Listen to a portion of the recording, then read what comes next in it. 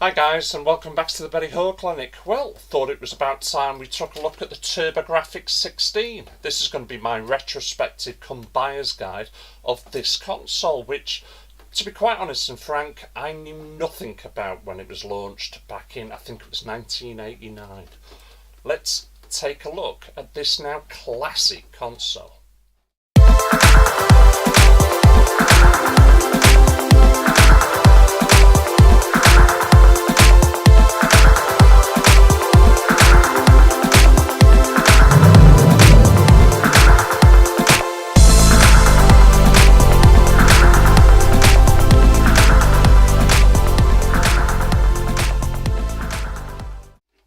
Right, just before we actually start getting into the meat and drink of this console, I'd like to thank my good friend John, aka Tuck, for basically donating this machine to me. This machine's come all the way from Canada. He gave me the console, a stack of games, and everything I needed to get myself going.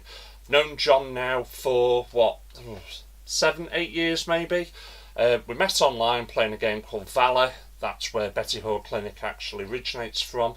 But this is now my chance to give a very big thank you and a massive shout out to John for, donating these awesome gifts to me. All he charged me basically was the shipping fee to get these goods over from Canada. Fantastic system, thoroughly enjoying it and thoroughly enjoying collecting it. So again, John, thank you very much.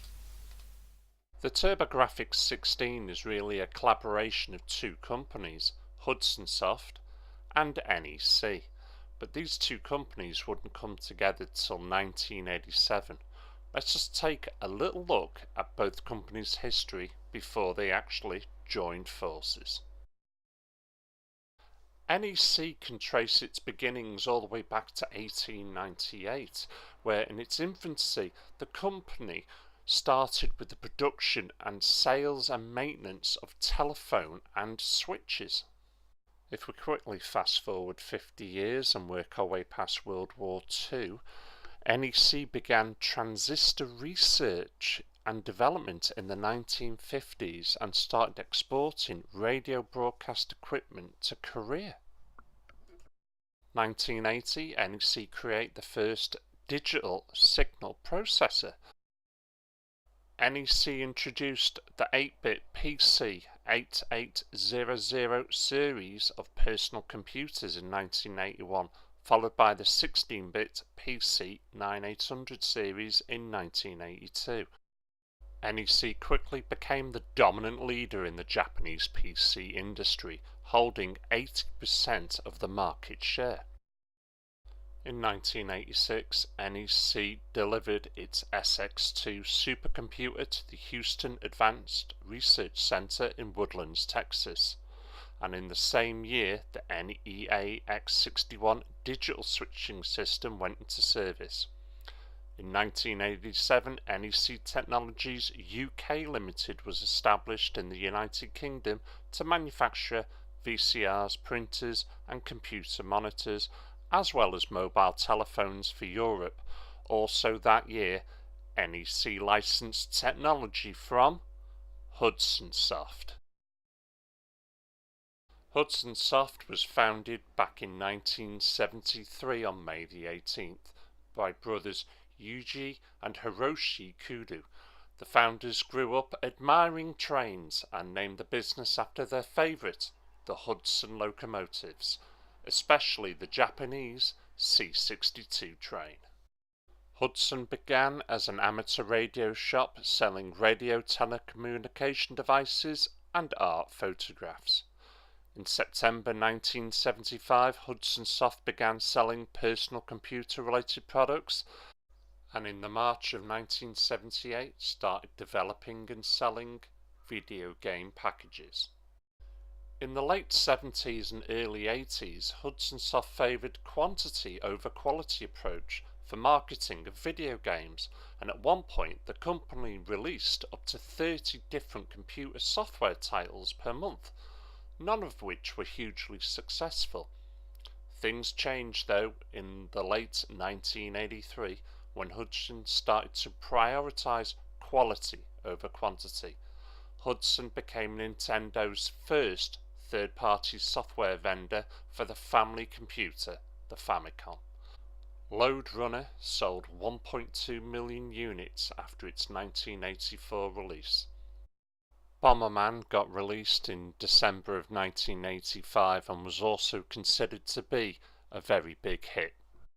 Hudson had now wanted to make its own console for quite some time. They had approached Nintendo and also apparently approached Sega with their new HuCard concept. Neither were interested and neither wanted to go into a joint venture with Hudson to make a console apparently. So in July of 1987, Hudson developed the C62 system and collaborated with NEC to develop the PC Engine video game console.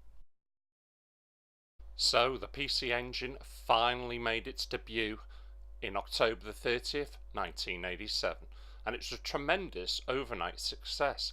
By 1988 it had outsold the Famicom year on year, putting NEC and Hudson ahead of Nintendo in the market and way ahead of Sega. The console was elegant and had an eye-catching design. It was very small compared to the rivals. This, coupled with strong software lineup and strong third-party support from high-profile developers such as Namco and Konami, it gave NEC the lead in the Japanese markets. Whoa, whoa, whoa, whoa, whoa! What's this about a PC Engine? We're discussing Turbografx 16. The reason why you didn't get a PC Engine is because apparently it's too small. You Americans want big. Go figure. Well, as big is better.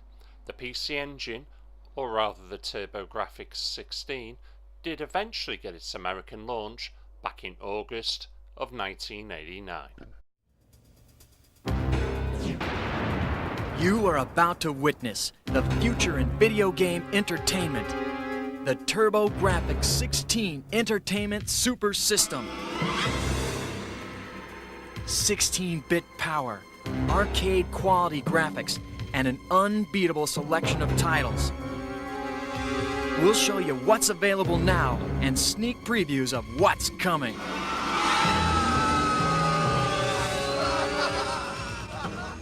Right, this is actually my Turbografx 16, but the PC Engine, it is a relatively compact video games console, owning to an efficient 3-chip architecture and the use of, well, the ROM cartridges, HuCards, or turbo chips as they were known in America. Well, for the display it had a maximum of 565 pixels, and basically the majority of the Turbografx 16 games use a 256 by 239, although there is a few games like the Sherlock Holmes one that does use 512 by 224 for the resolution. It had 512 colours available, but the absolute maximum on screen was 482. Now if you want to get into your sprites, they're simultaneously displayable. You've got 64 on screen per scan line, or 256 sprite pixels. Add to that the 6 waveable synthesis audio channels which were programmed through the CPU. You had a fantastic system. The games are more exciting. There are almost 10 times as many colors, so the arcade quality graphics are even more intense. And you can expand your system with a CD player for CD games with sound effects that are turbocharged. Turbografx 16 from NEC, the higher energy video game system. Well, before we move on to the games, let's talk about the peripherals. You got your normal, turbo pad that they were calling it. You were also able to expand that so you could have 5 players at any one time. They also made what they call the turbo stick, which is an arcade style joystick, but you had, for me, the best bit, the CD add-on. This was the very first console to see a CD add-on. Nobody else did it first than NEC and Hudson with the Turbografx 16 and PC Engine. They were first to market with CD games. Are you one of us? 16-bit graphics, or one of them, 8-bit? Us, CD game sound. Them, not. Us, them. Us, Turbo Express Portable.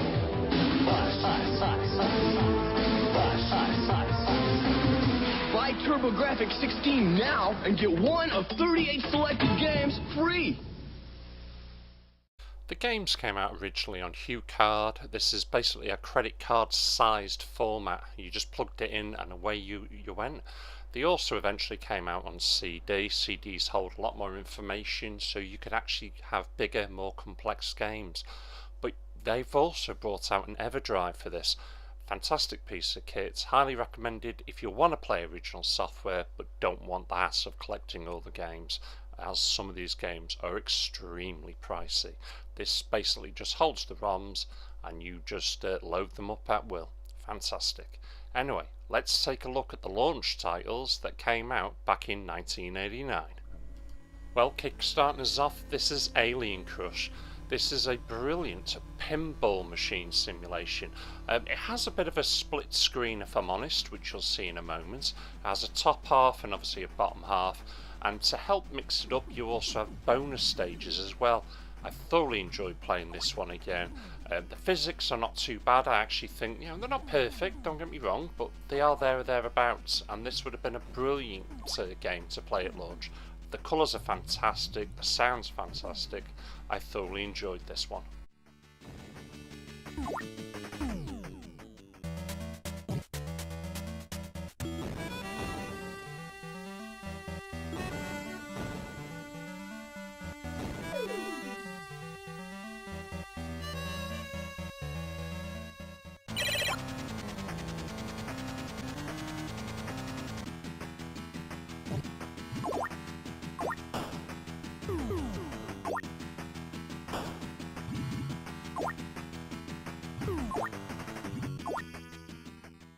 There's two games, or two tables if you like to choose from. This one's Lunar Eclipse. There is also Demon's Undulate. It can get a little fast at times, but it's certainly not frantic, and it's what you would expect anyway if you were playing the real thing. I thoroughly enjoy this one, and I just wish I could get a better score than Tuck.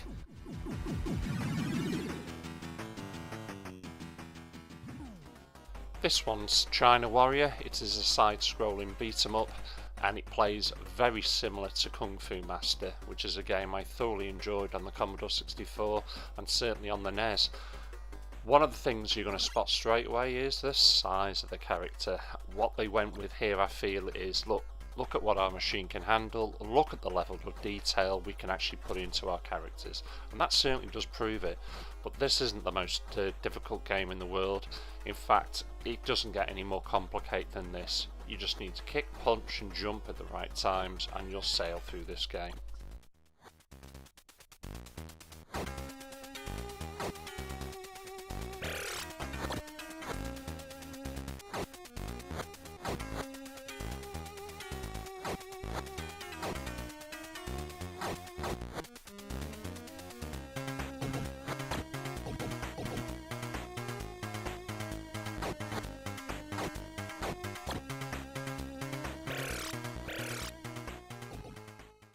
Play the game as Wang. There is certainly a Bruce Lee influence here because he does look very similar. If Wang does actually get hit by rocks or anything, after a while he'll start to get blood on his face and that. There's 12 stages in total, and obviously at the end of any good stage there's always the boss fight.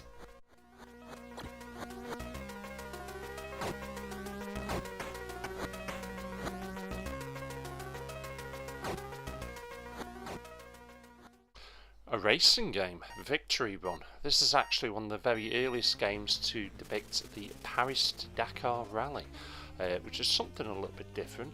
Also, this game, well, you have to pick your car parts and you have to pick them wisely because these things will degrade as the actual game goes on. So if you don't pick the parts correctly and you've run out of tyres, or if your gearbox breaks and you got no spares, well, it's really a waste of time continuing the game because you're not actually going to be able to finish the level.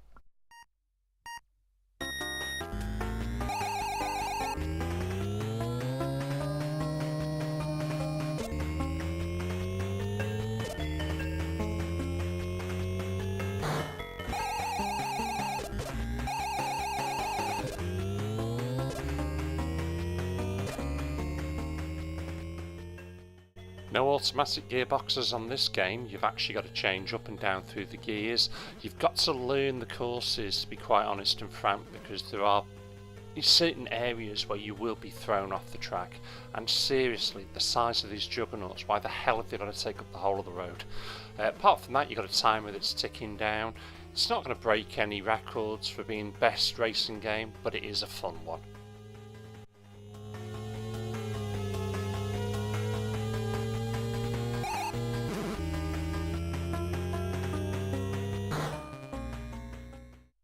Power Golf, as the name suggests, is a golf simulation.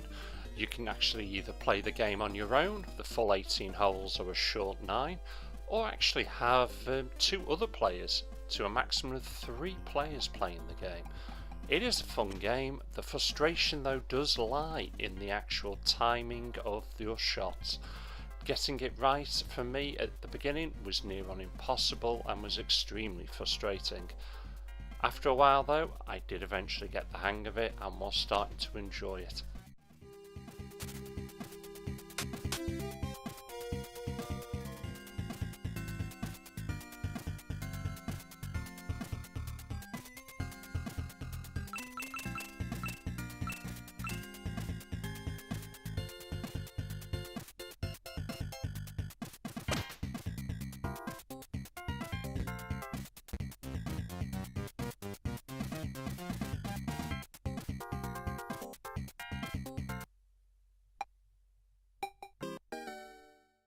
The course design is pleasantly detailed. This is more or less a top-down play game, but I've got to be honest, this certainly isn't one for myself. That's not to say I wasn't enjoying bits of it, I just wasn't enjoying a lot of it.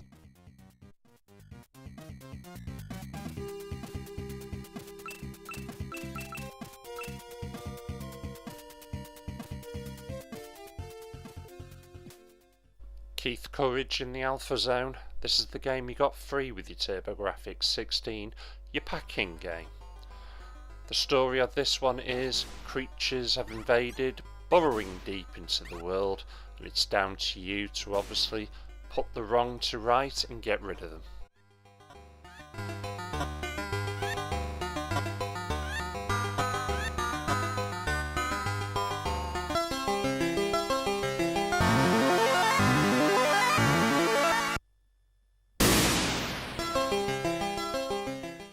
By means of the Rainbow Bridge, you go from the overworld to the underworld. This is actually the best part of the game. It's a lot more fast paced. It's a pity it's not like this all the way through, but there's 7 levels and they are split by these 2 different types of gameplay.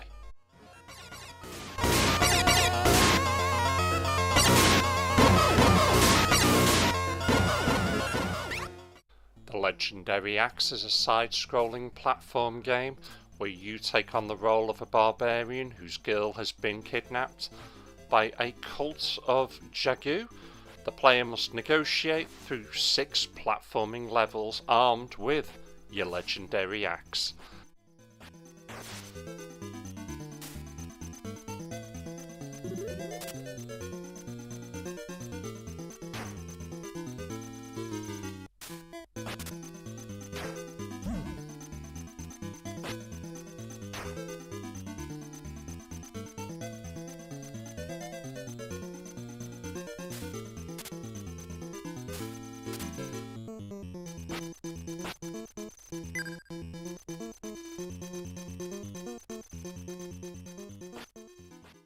The game is actually simplistic but very fun to play.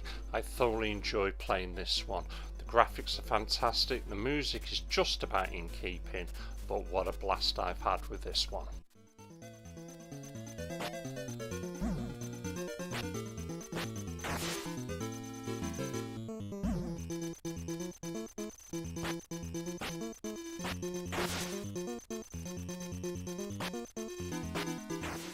Vigilante. This is another side-scrolling beat-em-up and is very similar to the likes of Streets of Rage. I first played this game on the arcade machines many years ago, and this is an almost, if not an exact port of it. The graphics are fantastic, the gameplay is brilliant, and wow, what a game this system had.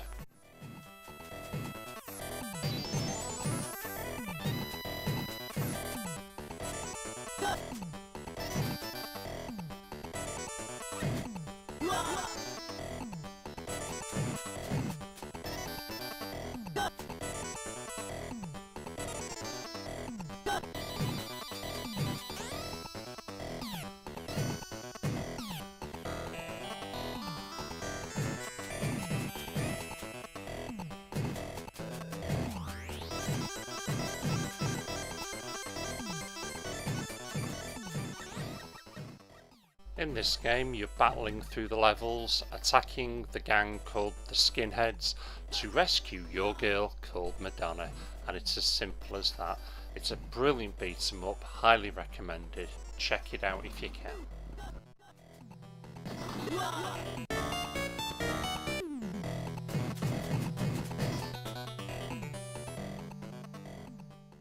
Blazing Lasers is a fantastic shoot 'em up, and it really does show the power of the Turbografx 16. There's a hell of a lot happening all at one time, and there's barely, if any, slowdown. Such a brilliant game.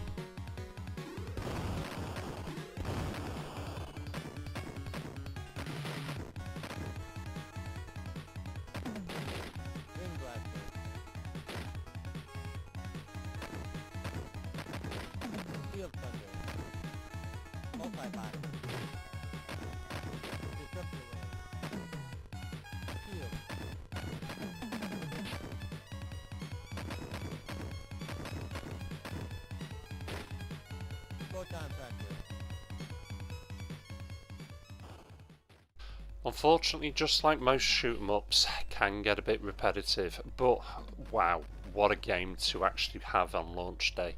This would have definitely a sold by the bucket load. Just utterly brilliant.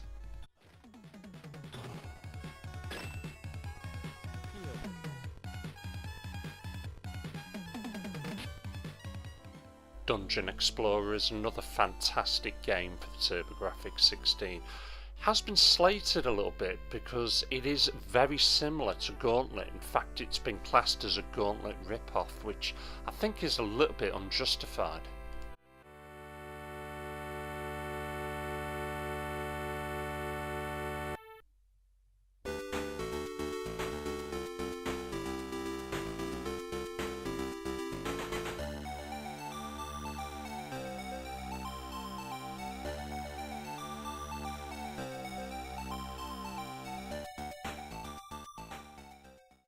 Utterly brilliant, and one of the best features about this game is you can actually play 5 people all at exactly the same time. Brilliant. I only actually ever remember Gauntlet being 4, and I wish I could show you more gameplay, but unfortunately I'm really cack at it and need to get a damn sight more practice.